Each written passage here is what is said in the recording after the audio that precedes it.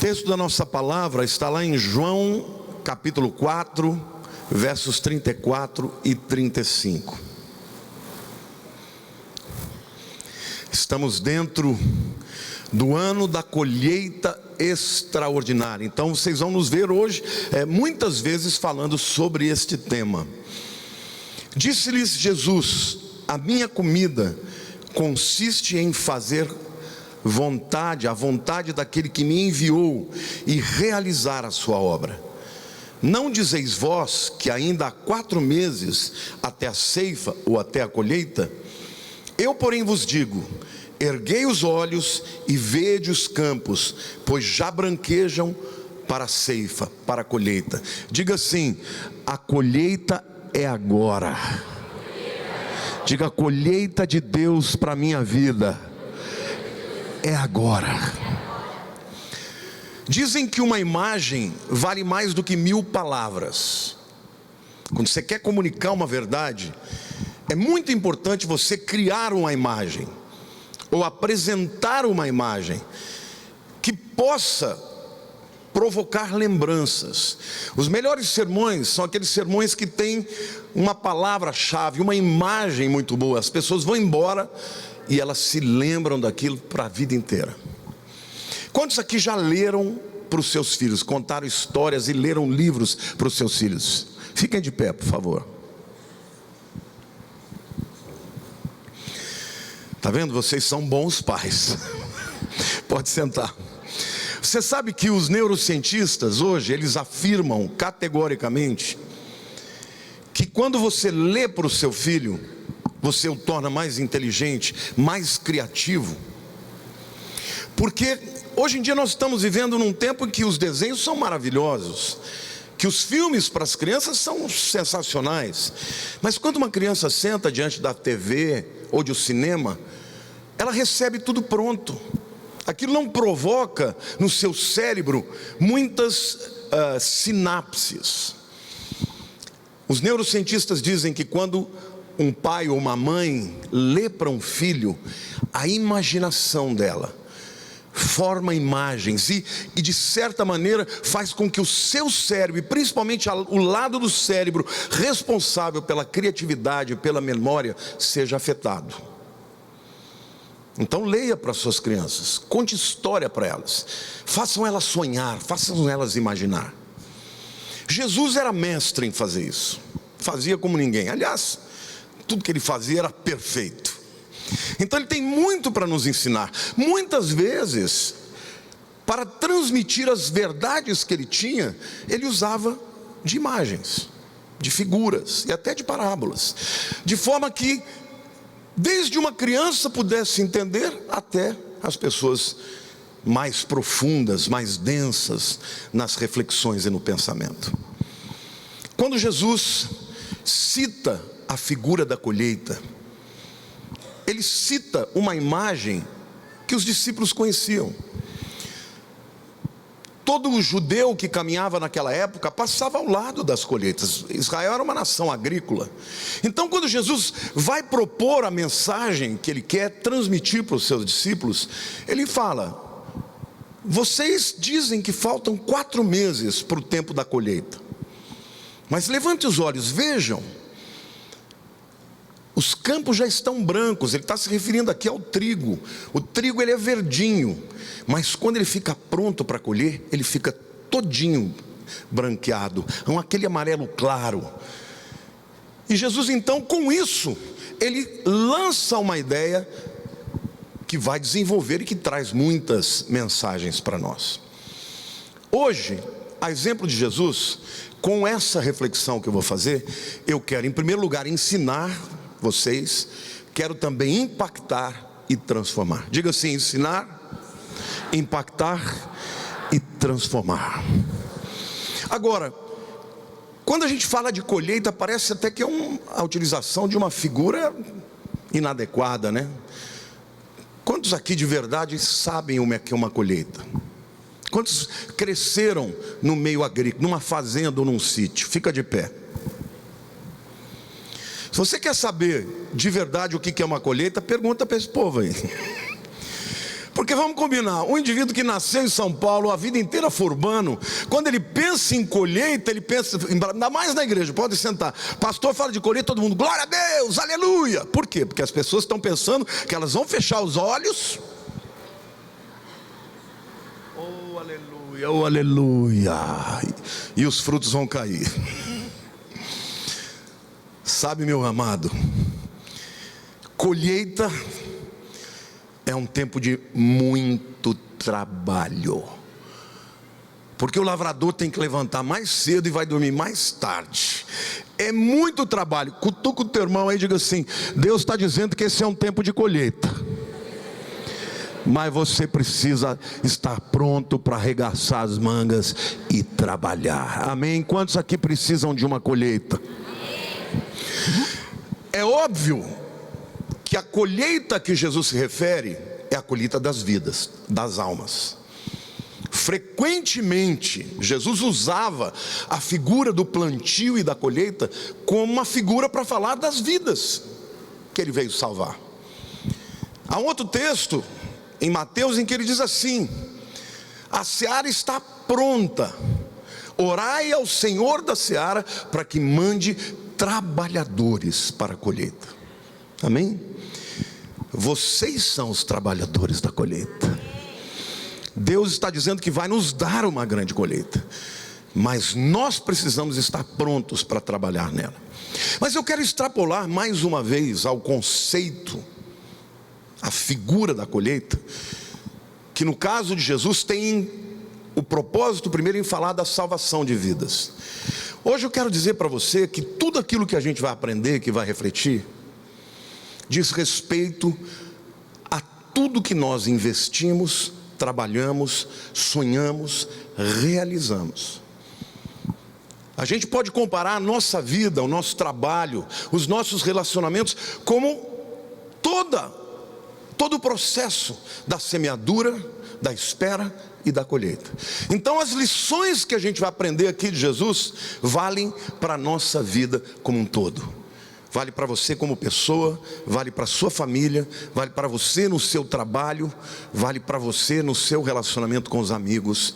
E para ter uma colheita extraordinária, nós precisamos enfrentar os desafios que a colheita nos impõe. Por isso o tema da mensagem de hoje é os desafios da colheita. Quantos aqui querem aprender a enfrentar isso aí para ter uma colheita maravilhosa? Amém? Eu quero falar para vocês de alguns desafios. Existem muitos outros, mas estes são imprescindíveis para alguém que queira ter uma colheita extraordinária. O primeiro desafio é o desafio do contexto. Diga contexto.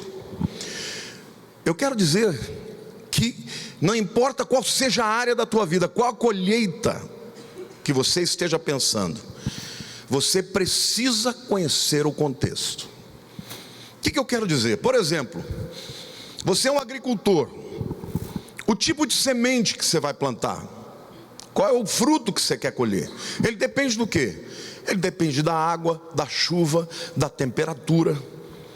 O lavrador, ele precisa conhecer tudo isso. Ele precisa conhecer que tipo de adubo ele vai usar, qual o manuseio que ele vai ter, e precisa saber até a hora de colher.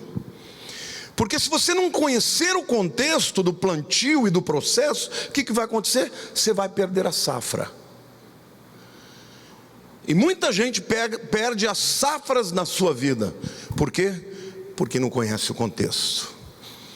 Conhecer o contexto significa conhecer a realidade que envolve o plantio, o trabalho, os nossos sonhos, aquilo que queremos colher. Então, em primeiro lugar, o contexto é importante para que a gente tenha compaixão. No caso de Jesus, ele veio para salvar as pessoas. A primeira coisa que ele tinha que ter era conhecer a realidade das pessoas. Ele tinha que conhecer o coração das pessoas, o contexto das pessoas. Quantos aqui acreditam que conhecer a realidade do outro é importante na vida? Sabe, querido, na verdade não é só importante, é fundamental. Por exemplo, na pregação do Evangelho, se você tem conceitos sem contexto, você chega a ser um legalista. Você conhece alguém que vive apontando o dedo para os outros? Detecta o pecado e já dá a condenação. Pessoas assim, diferentemente de Jesus, não conhecem o coração das pessoas. Porque a partir do momento que você veste a sandália daquela pessoa, você passa a olhar a realidade de uma maneira diferente. É verdade ou não é? Estou vendo o Herman aqui, o Herman está magrão agora, mas ele já foi gordinho. Herman, será que uma pessoa magrinha, Zé Luiz, por exemplo, ele entende o que é compulsão alimentar? Pessoa magra, quando fala com gordo, fala assim: ah, você come de gula. Eu não estou aqui, eu poderia te explicar todo o processo bioquímico do teu corpo. A resistência à insulina, a secreção do pâncreas de mais insulina, e como a insulina está diretamente ligada à vontade de comer. Eu perguntei, a gente estava com os pastores ali, eu, o Hércio e o Israel, o Daniel e o Zeca. Eu virei para o Israel: você tem compulsão à noite? Ele falou: e como? Barrigudo. Perguntei para o Hércio: você tem compulsão? Ele falou: eu tenho. Perguntei para o Zeca: você tem? Ele: eu não. Perguntei para o Daniel: eu não. O Zé Luiz não entende, ele não sabe o que é isso. Então, da mesma maneira, quando você vê uma pessoa que está em pecado, se você nunca teve aquela tentação, se você não sabe a razão, se você não conhece o contexto, se você não sabe as tentações daquela pessoa, você jamais vai poder ser instrumento de Deus para ganhá-la para Jesus. Então, conhecer o contexto é fundamental. Conhecer o contexto, queridos, é muito importante também para que a gente entenda a Bíblia. Por exemplo, o texto que nós estamos lendo, Jesus está falando de uma colheita que ele queria fazer ali. E naquele momento, a colheita que ele ia fazer eram os samaritanos. Só que quando a gente fala de samaritanos, até para as pessoas que estão aqui, o entendimento é completamente diferente do entendimento daquela época. Porque hoje, por conta da figura do bom samaritano que é Jesus, muitas pessoas pensam que ser samaritano é uma coisa boa. Queridos, naquela época os samaritanos eram odiados. Odiados pelos judeus, e os samaritanos odiavam os judeus. Havia uma barreira de separação. Por quê? Porque eles eram misturados, miscigenados, idólatras. Foram responsáveis pela adoração dos bezerros de ouro. Então, hoje em dia, se você fala para uma pessoa aí de fora sobre o samaritano, ele vai pensar em Jesus, o bom samaritano. Mas naquela época, chamar um samaritano de bom é mais ou menos como você apresentar uma pessoa, um jovem: olha, eu quero te apresentar esse bom jovem pertencente ao Estado Islâmico. Faz sentido? Conhecer o contexto é importante para entender a Bíblia. É importante para entender que povo é esse que Jesus queria alcançar. Cutuque o irmão do seu lado e diga assim: sabe aquela pessoa ruim, também é alvo do amor de Deus. Jesus quer ganhar até esta pessoa que ninguém aceita, que ninguém gosta. Sabe, gente, o contexto é importante para que nós sejamos capazes de pregar a mensagem de maneira correta. Mandar um judeu pregar para um samaritano é terrível, a menos que ele conheça o contexto. E isso é o que nós vamos aprender no texto. Jesus chega ao poço meio-dia. O texto começa dizendo que ele sentiu a necessidade de passar em Samaria. Por que João fala sobre isso?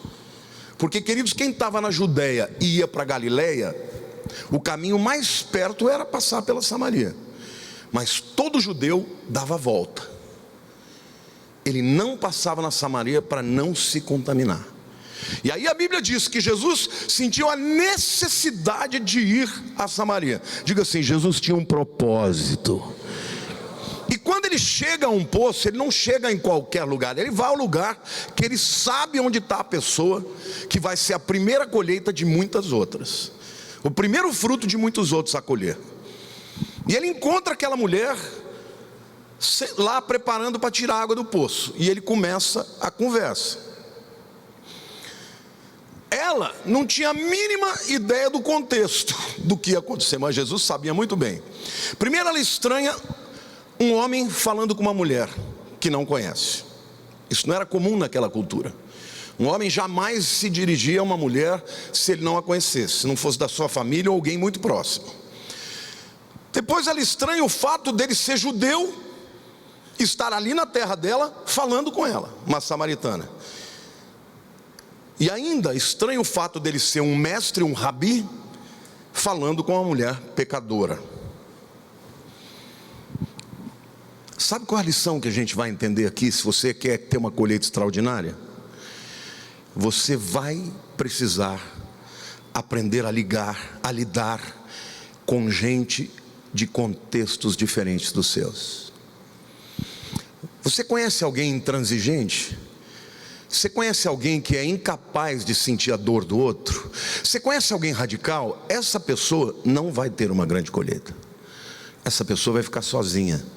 Porque na nossa própria vida, o dia que você casou com uma moça, se você é homem e casou com uma moça, ela é diferente de você.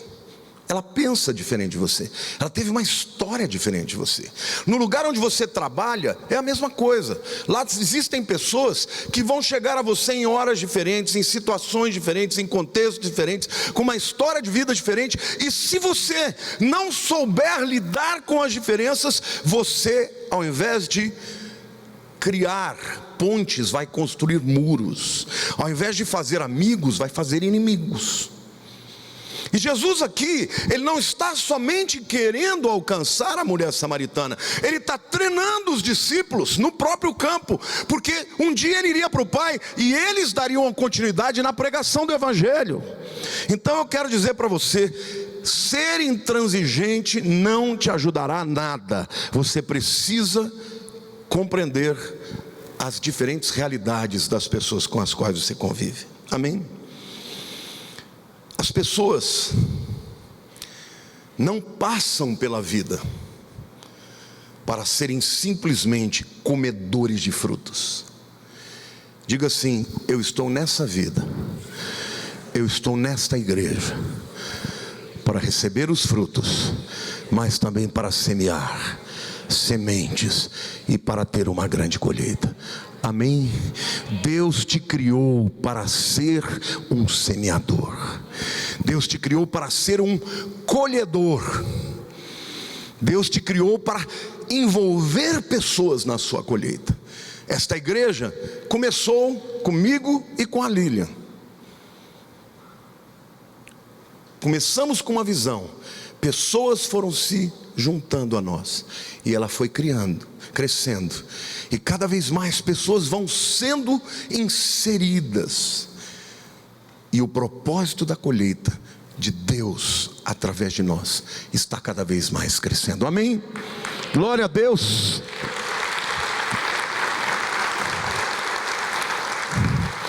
Então, em primeiro lugar, você precisa aprender o desafio do contexto. A gente é muito fácil de fazer declarações precipitadas, de olhar para uma pessoa e já julgar sem conhecer nada. Eu quero te dar um bom conselho. Você quer se dar bem na vida em qualquer área? Procure não julgar. Procure conhecer.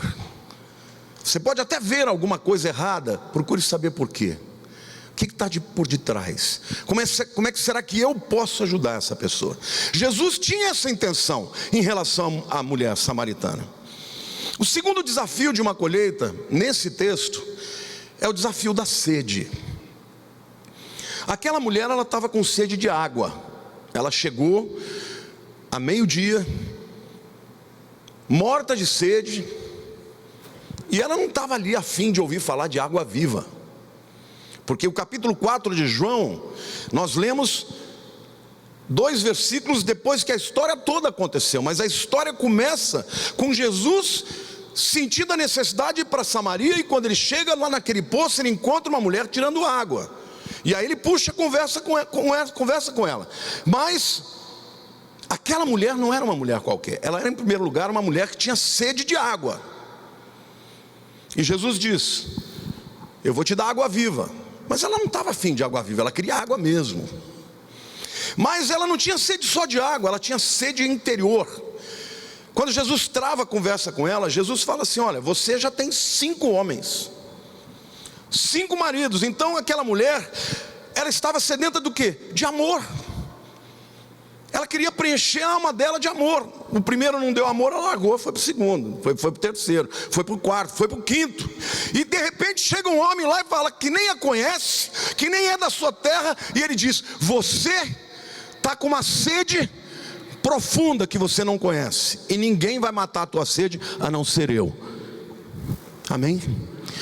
Ela não tinha ideia que ela precisava de água viva, e que água viva, by the way, né, por sinal, significa água corrente. A água do poço é uma água parada. Quando na Bíblia fala água viva, está falando de água corrente, água de uma fonte, de um rio, de uma cachoeira.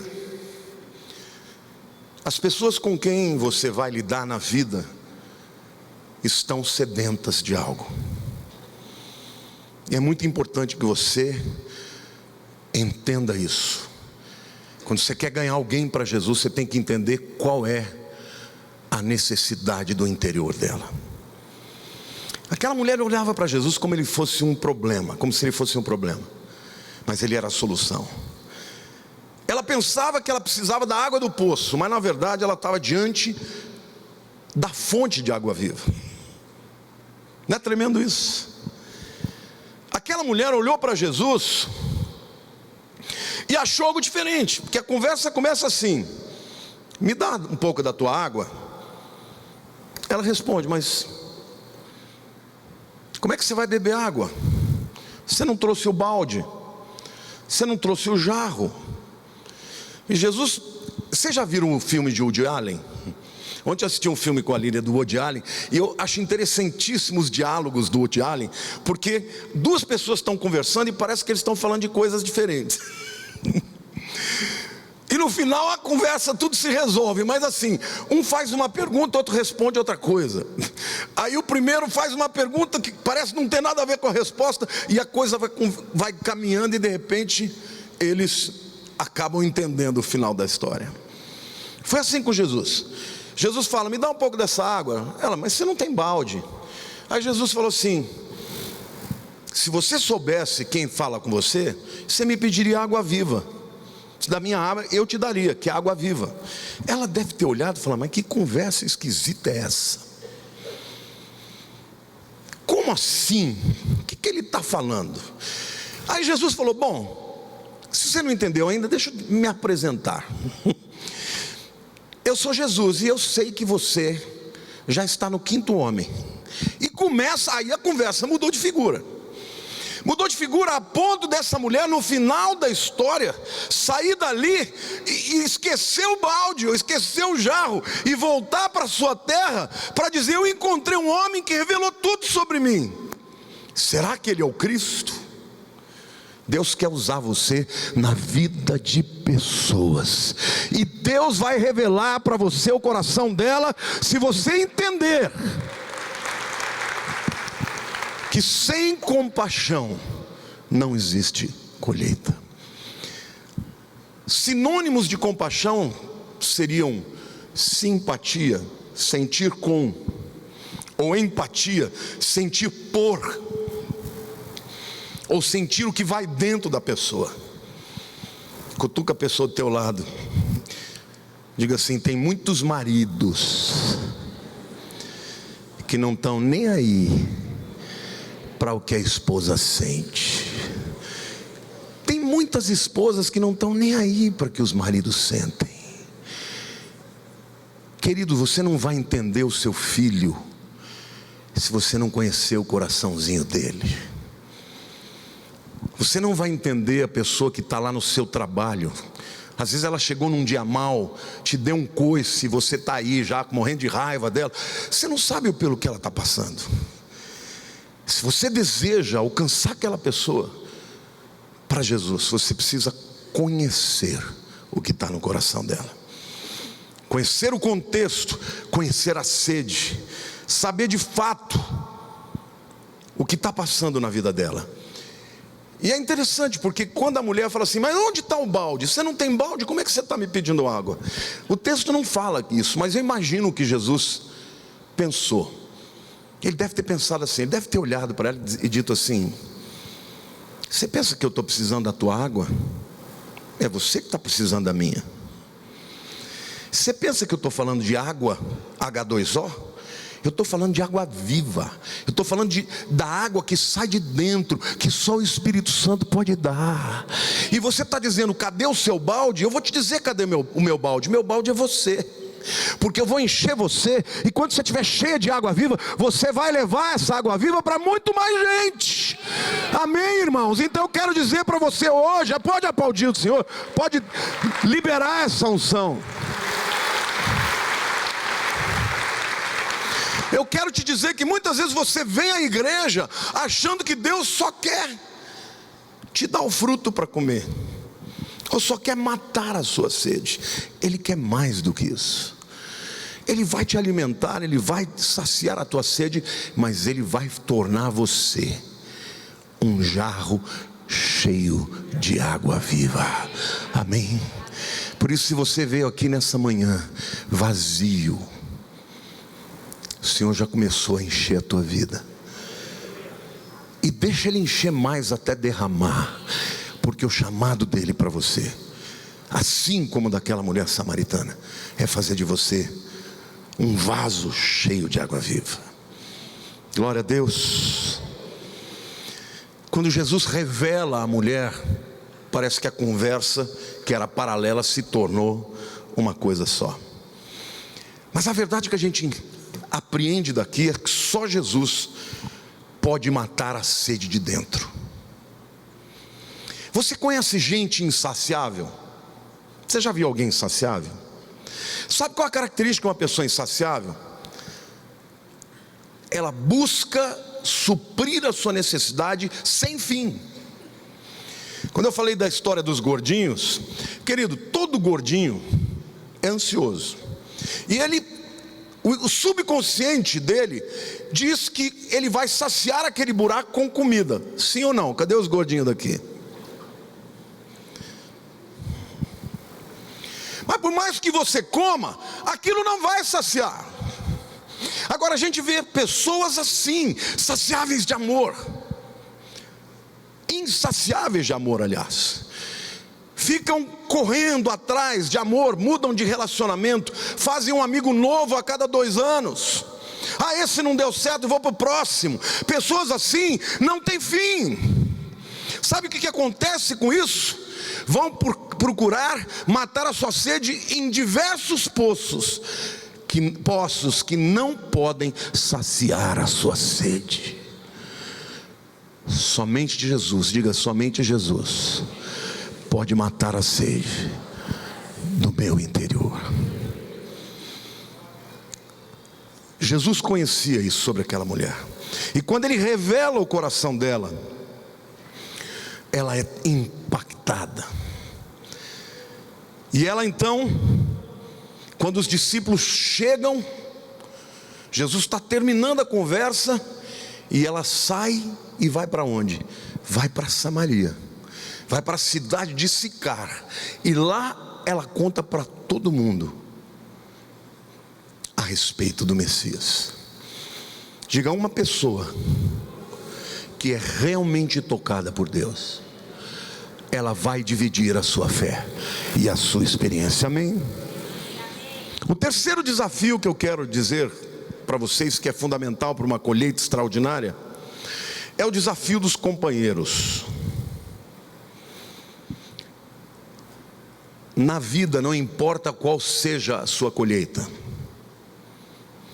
para ela ser grande, você não vai colher sozinho. Diga assim: para ter uma colheita extraordinária, é necessário ter ajuda.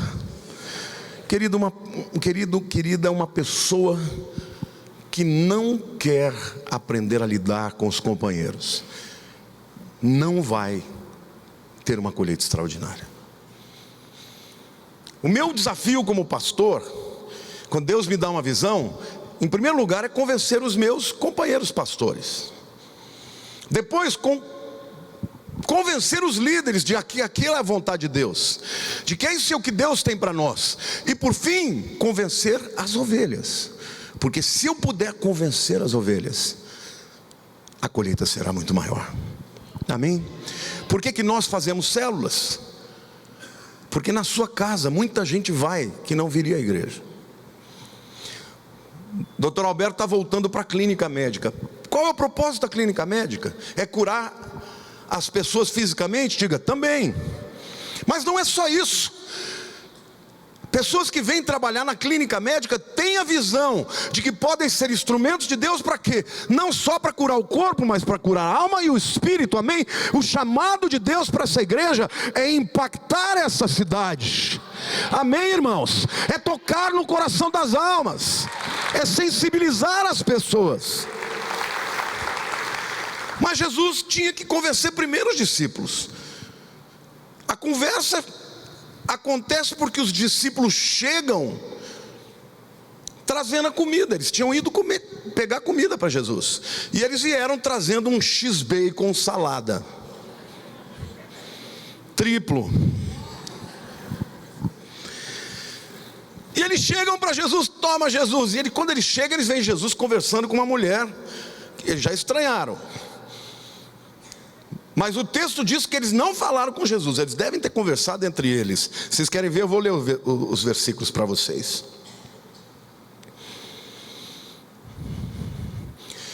João 4:27 diz assim: neste ponto chegaram os seus discípulos e se admiraram de que estivesse falando com uma mulher.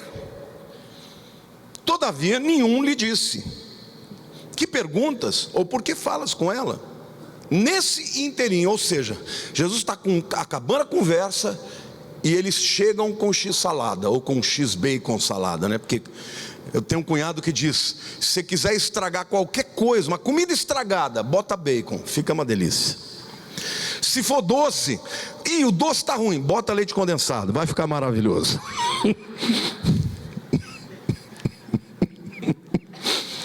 Certamente eles devem ter trazido uma comida maravilhosa para Jesus. E aí Jesus, pensando, o que ele está falando com essa mulher? E aí pegam e entregam a comida. E Jesus responde: a minha comida é fazer a vontade do meu Pai. Eu tenho uma outra comida, não é essa que eu quero. Eles falaram: mas que conversa esquisita é essa? Como assim? Aí Jesus continua falando: vocês não dizem que faltam 4 meses para a colheita?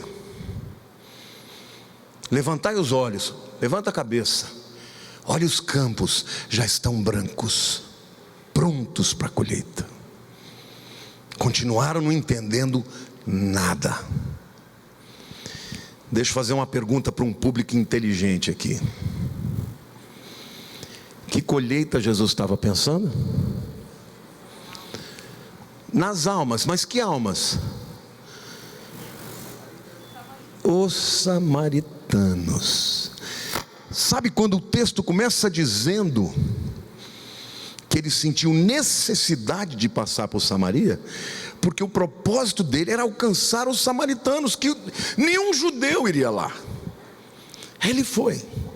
E quando ele fala que os campos estão prontos, estão brancos, ele está dizendo o quê? Olha, sabe aquela mulher que vocês acabaram de ver sair ali? Ela vai voltar e vai trazer mais gente com ela. Glória a Deus. Olha para a pessoa do teu lado e diga assim: Deus, quando você alcança uma pessoa, se prepare, que ela vai trazer mais gente. Amém? Glória a Deus.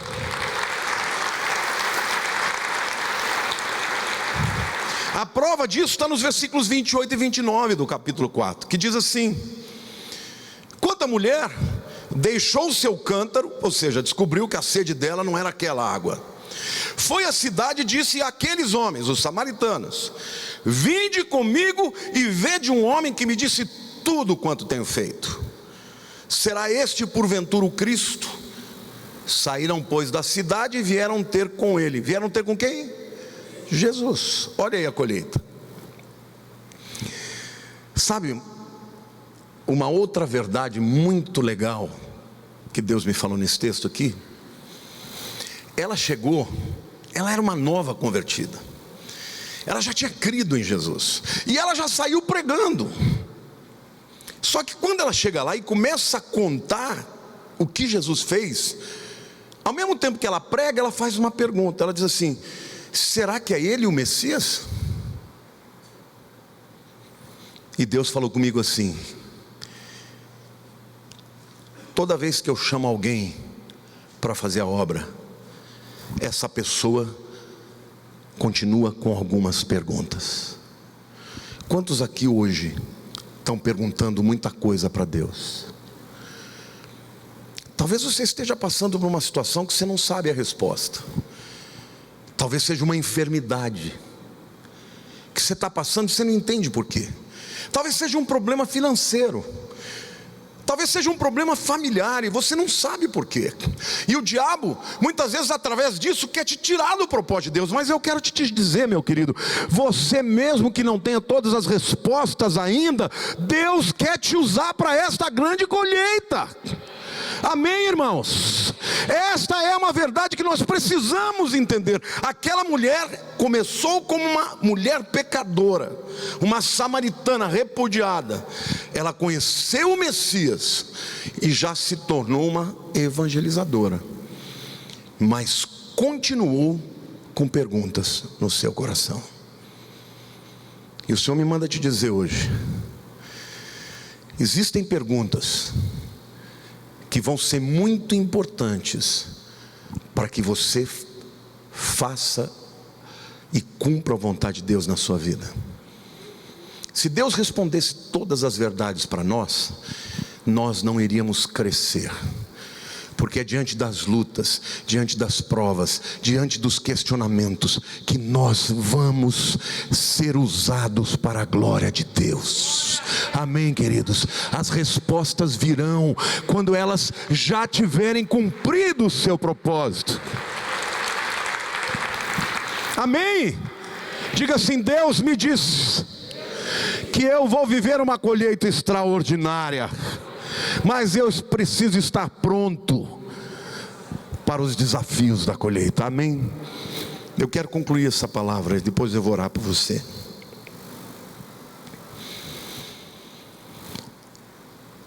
Deus tem uma grande colheita para a sua vida, e Ele está dizendo que essa colheita é agora. Não fique aí abatido, porque tempo de colheita é tempo de trabalho. Faça aquilo que tiver no seu alcance, faça aquilo que Deus te deu para fazer, faça tudo, trabalhe, faça com esmero, faça com dedicação, e no meio do processo, Deus, que é o Senhor da seara, há de te mostrar a sua vontade, responder as suas perguntas, e no fim você vai colher os frutos que não serão só para o teu sustento, mas serão para a glória de Deus. A sua vida encontrará propósito.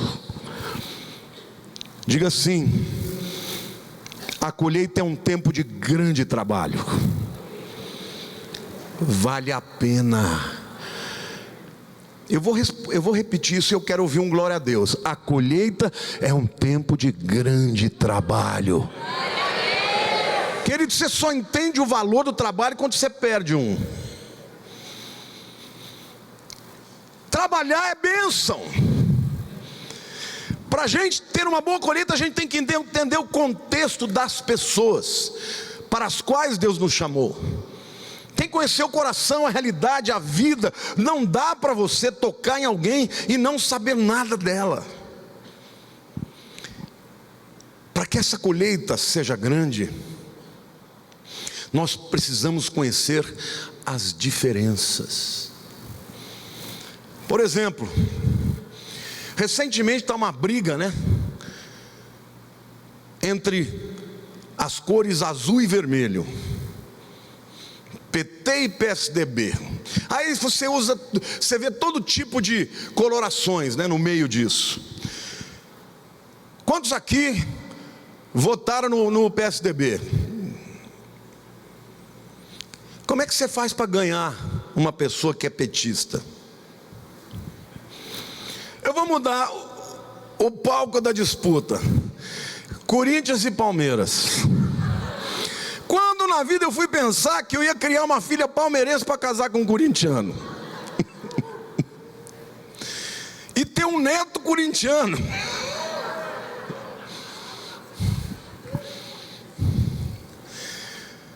Mas Deus faz isso, irmãos. Ele junta palmeirense com corintiano, ele junta petista com PSDBista, ele junta as pessoas, porque ele ama as pessoas independente do seu contexto, do seu país, para o seu time de futebol, da sua visão político-partidária. Amém ou não? E nós vamos ganhar as colheitas e vamos ter uma grande colheita de vidas, e nós precisamos entender o coração do outro, mesmo que ele seja diferente de nós. Irmãos, eu me lembro que quando o povo da igreja começou a cantar música estilo sertanejo, eu morria. Até que um dia Deus falou assim: olha, as músicas que são tocadas são para a minha glória. Então, não tem que ser o teu gosto, tem que ser o gosto do povo. Porque a música tem que ser um instrumento para que eles se derramem e me adorem. É muito importante que você entenda as diferenças, o contexto das pessoas. A segunda coisa que você precisa entender é a sede que está no interior delas. Qual é o ponto nevrálgico? O que de fato motiva essas pessoas a fazerem o que estão fazendo? Por que o teu chefe muitas vezes chega cuspindo fogo pela boca? Ao invés de você se juntar ao outro para falar mal dele, procure entender o coração dele. Quem sabe Deus não vai te usar para levá-lo a Cristo. A terceira verdade que nós vimos aqui é que precisamos entender o desafio de conquistar adeptos, discípulos, companheiros que serão importantes para uma grande colheita. Jesus pregou para as multidões, mas ele treinou 12, porque quando ele foi para o Pai, foram os 12 que transformaram a história. Você precisa descobrir o teu clube. Você precisa descobrir as pessoas mais próximas de você, que vão te ajudar, que vão lutar a sua luta, que vão dividir as suas dificuldades, que vão sofrer as suas dores, que vão se alegrar na sua vitória. Estas pessoas aumentarão o nível da sua conquista. Mas lembre-se, aquela mulher samaritana, mesmo já tendo sido ganha para Jesus, crido no Messias, ela continuou com perguntas.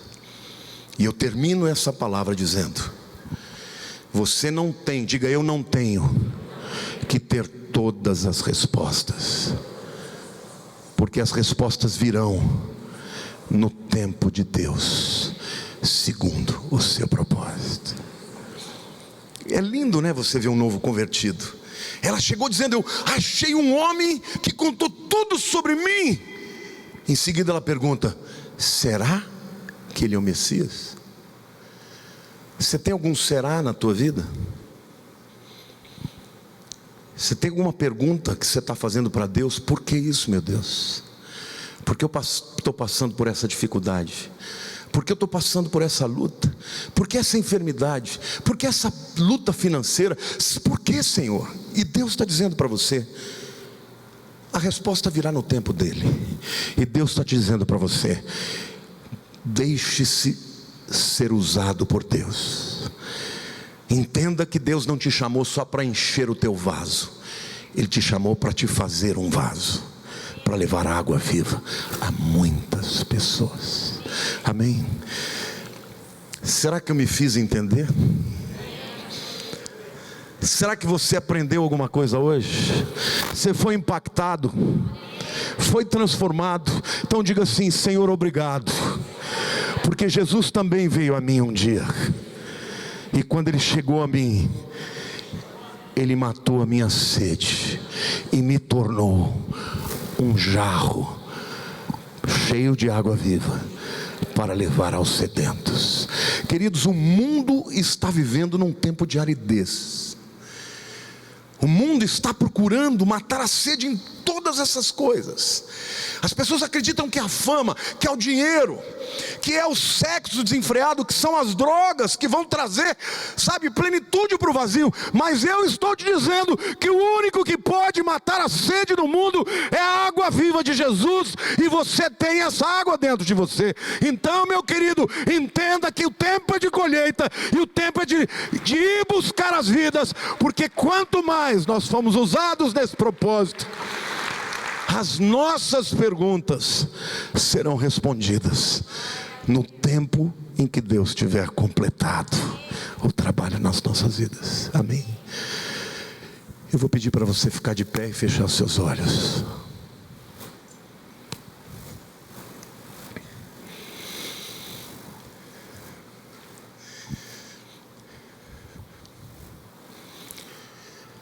Senhor, a minha oração nesse momento,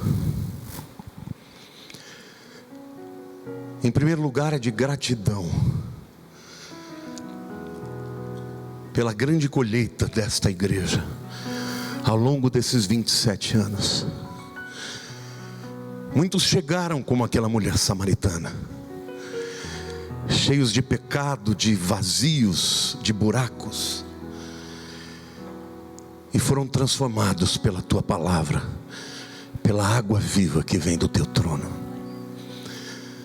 Obrigado porque estes que foram alcançados se tornam hoje portadores dessa mensagem. Por isso, Senhor, a minha oração é para que esse povo se apaixone pela visão, se apaixone por essa visão maravilhosa, Senhor, de que o Senhor usa a nossa vida mesmo quando não temos todas as respostas. O Senhor usa a nossa vida mesmo quando não temos, ó Deus, vencido todas as áreas na nossa luta pessoal. Mas em nome de Jesus, Senhor, que cada um possa entender o seu chamado e possa entender, ó Pai, o que Jesus disse aos discípulos: a minha comida é fazer a vontade do meu Pai. Senhor, e a vontade do Pai para Jesus é a vontade do Pai para a nossa vida. Ore comigo, diga: Senhor meu Deus, usa a minha vida para cumprir o mesmo propósito, que eu seja usado como um jarro cheio de água viva para levar aqueles que estão com sede. Senhor meu Deus, eu te agradeço, Pai, porque o Senhor usa pessoas imperfeitas, porque o Senhor usa aqueles que não têm todas as respostas. Mas nesse tempo, diga nesse tempo, usa-me, Senhor, para a glória do teu nome.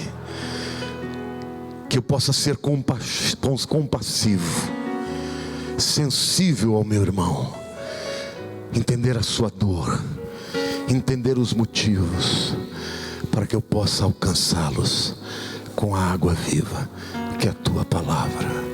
Obrigado, Deus, porque eu não preciso viver seco. Obrigado, Senhor, porque Jesus é água viva, e Ele prometeu que aqueles que nele crescem, do seu interior fluirão rios de água viva. Em nome de Jesus, flui através de mim, para a glória do teu nome, em nome de Jesus. Aleluia. Aplauda o Senhor.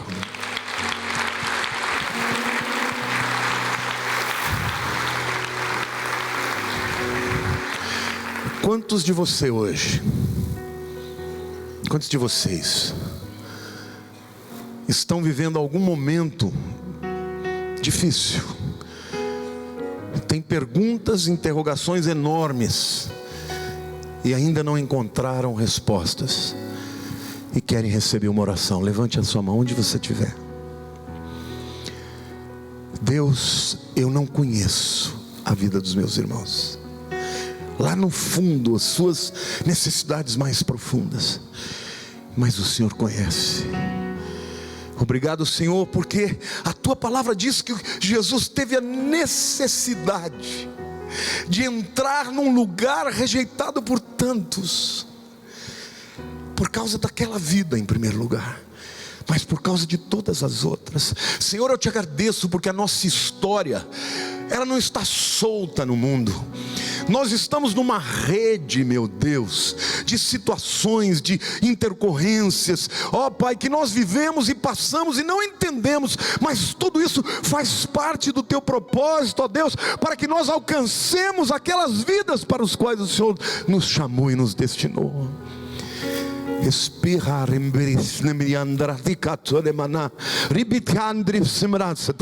Espírito Santo de Deus, a minha oração agora, Senhor, é que o teu povo seja consolado, que nesse momento o Senhor comece a jorrar pelo teu Espírito Santo a água viva, ó Deus, fechando os espaços vazios, ó Deus, cobrindo as áreas áridas e secas, ó Deus, os sentimentos de rejeição, a falta de amor, ó Deus, a insegurança, em nome de Jesus. Senhor, vem com a tua água e mitiga a sede de todo aquele que aqui entrou, e até mesmo deste que me vem, em nome de Jesus. Eu declaro que através deste monitor, deste celular ou deste tablet, que você vai receber essa palavra, a água de Deus, a água corrente do Senhor vai ministrar sobre a tua necessidade, em nome do Senhor Jesus, para a sua glória, amém. O mundo, Senhor, está vivendo num tempo de grande aridez. Basta olhar as notícias e saber, ó Pai, que tudo que acontece, todo ódio, toda guerra, todo preconceito, toda disputa, todo roubo, acontece porque as pessoas não entenderam ainda que somente Jesus pode preencher o vazio da nossa alma. A tua vontade, Senhor, ainda é alcançar as vidas. Por isso, Senhor, ainda que no Brasil estejamos vivendo um tempo de aridez, de seca, de poucos frutos, eu tenho certeza, meu Deus, que o Senhor tem uma grande colheita para esse povo que está aqui. Senhor, não deixa que o inimigo roube essa convicção, especialmente, Senhor, na vida daqueles que estão vivendo crise na sua história, crise familiar, crise financeira, crise de saúde, crise de fé. Senhor, nós somos como aquela mulher samaritana. Que o Senhor nos use, mesmo enquanto temos perguntas, mesmo enquanto não temos todas as respostas. O Senhor conhece o coração de cada um. Senhor, que não haja ninguém aqui hoje que sinta que o Senhor não se importa com as suas dores. E o Senhor me deu essa palavra hoje para que eles entendessem que o Senhor deseja enchê-los de água viva. Senhor, nós viemos para este lugar maior porque o Senhor tem em mente uma grande colheita, que cada um possa ser usado na sua casa, no seu local de trabalho, na escola, com os amigos, com os vizinhos. Mas eu te peço, Senhor, que cada um de nós aprenda que não dá para ganhar alguém sem compaixão, sem amor, sem misericórdia, sem o coração que o Senhor tem. Por isso, Senhor, quebra a nossa vida, sensibiliza a nossa alma, Pai, porque quando a gente passa por alguma situação, a gente pode entender o outro que está vivendo a mesma coisa. Que cada situação que os teus filhos estão passando sejam, Senhor, uma ferramenta poderosa para o propósito que o Senhor tem na vida deles. Levante a mão para o céu, meu querido. E agora, Senhor, que a tua graça maravilhosa, que nós jamais vamos poder entender, que o teu amor imenso, do tamanho do universo, e que as consolações do Espírito Santo estejam em nós, para nós, por nós e através de nós. Que estas consolações fluam como água corrente para dessedentar toda a aridez do nosso lado. Senhor, devolve o sorriso nos lábios, a esperança. Devolve para o teu povo, meu Deus, um entendimento que basta amar o próximo para alcançá-lo, para fazer com que ele se abra para ouvir a mensagem. Que o poder do teu Espírito Santo esteja com o teu povo todos os dias da nossa vida, até a consumação dos séculos. Amém. Semana abençoada para vocês. Se prepare. Ano de colheita extraordinária. Deus abençoe.